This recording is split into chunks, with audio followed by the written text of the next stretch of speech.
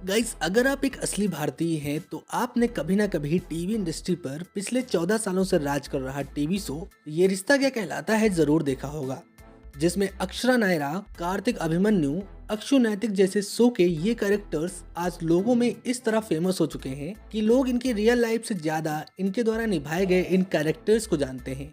और यह शो से कुछ इस कदर पॉपुलर हुए हैं कि आज घर घर की औरतें इस शो को हर रोज देखती हैं।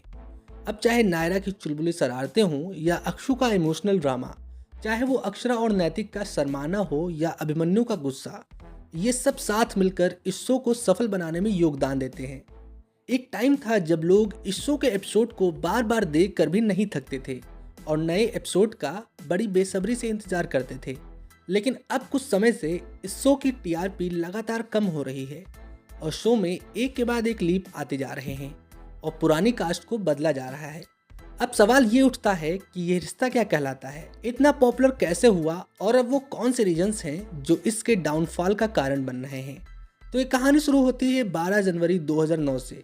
इसी दिन ये रिश्ता क्या कहलाता है का पहला एपिसोड स्टार प्लस पे टेलीकास्ट हुआ था। ये उस समय का टाइम था कि टीवी पर एंटरटेनमेंट के लिए शो तो आते थे, लेकिन वह एक फालतू फैमिली ड्रामा से भरे होते थे। वहीं साजिशें और वही सास बहू के कारनामे, इन्हीं सब ने लोगों को बोर कर रखा था।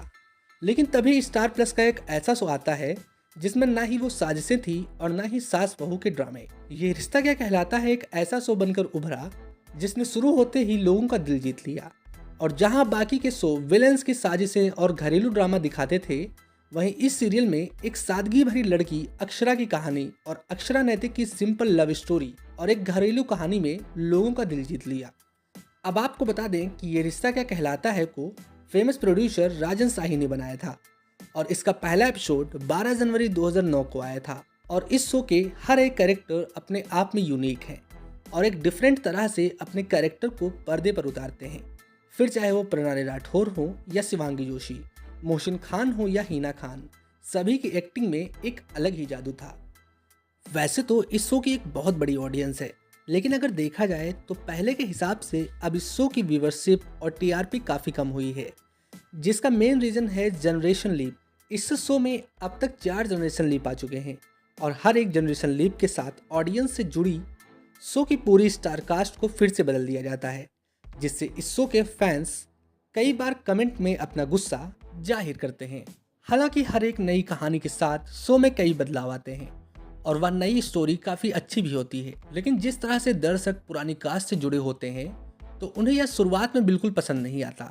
और यही वह मुख्य वजह है जिसकी वजह से कई लोग इस शो को देखना भी छोड़ देते हैं। लोगों के हिसाब से अगर इतने ही जनरेशन लीप लाने थे तो एक नया शो बनाना चाहिए, इसी शो को बार बार बदल कर क्यों खराब करते हैं।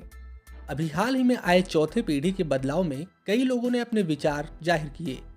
लोग तीसरी पीढ़ी की कहानी को ही आगे देखने की मांग कर रहे थे, लेकिन फिर धीरे धीरे दर्शक नई कास्ट से भी जुड़ने लगते हैं।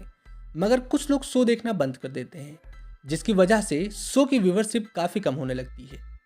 इस शो के टीआरपी के कम होने का एक और कारण है, वह यह है कि लोगों का कहना है कि अभी जो चौथी पीढ़ी की कहानी अभीरा, अरमान और रूही की दिखाई जा रही है, वह लगभग गुम है किसी के प्यार में शो के पहले सीजन सई, विराट और पाखी से पूरी तरह मिलती है। और लोगों का कहना है कि कहानी को कॉपी पेस्ट किया गया है। इस वजह से भी कुछ लोग इस शो को देखना छोड़ रहे हैं। वैसे ये जो भी हो, जो इसे आज भी फेमस शो की लिस्ट में आगे रखती हैं। ये टीवी पर एक लंबे समय तक चलने वाला शो है। साथ ही हर नए जनरेशन लीप की कहानी अपने आप में यूनिक और इंटरेस्टिंग होती है और साथ ही इस शो के हर एक स्टार को जनता खूब प्यार देती है। फिर चाहे वो अभीरा हो या नायरा, सभी की एक्टिंग लाजवाब है। वैसे आप इस शो को अब कितना पसंद करते हैं और आपको इस शो की टीआरपी कम होने और व्यूवरशिप डाउन होने के क्या कारण लगते हैं? अपने विचार नीचे कमेंट में जरूर बताएं। वीडियो पसंद आया हो तो वीडियो को लाइक करके चैनल को सब्सक्राइब करें। Thanks for watching.